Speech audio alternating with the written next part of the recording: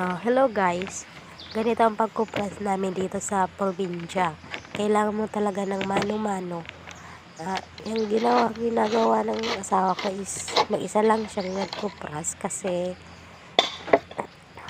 konti lang naman yung kanyang kukuprasin. So, estimated lang na parang isang sako lang, may kalahati lang yata yan. Kaya siya lang nagkupras niyan. Siya lang lahat simula nung una. And ganyan ang gawain namin dito ang hanap buhay namin ay is pangungupras. And mahal pa naman ang kilo ng kupras ngayon, kaya goods for naman na siya, makakabuhay na ng pamilya. So ganun lang.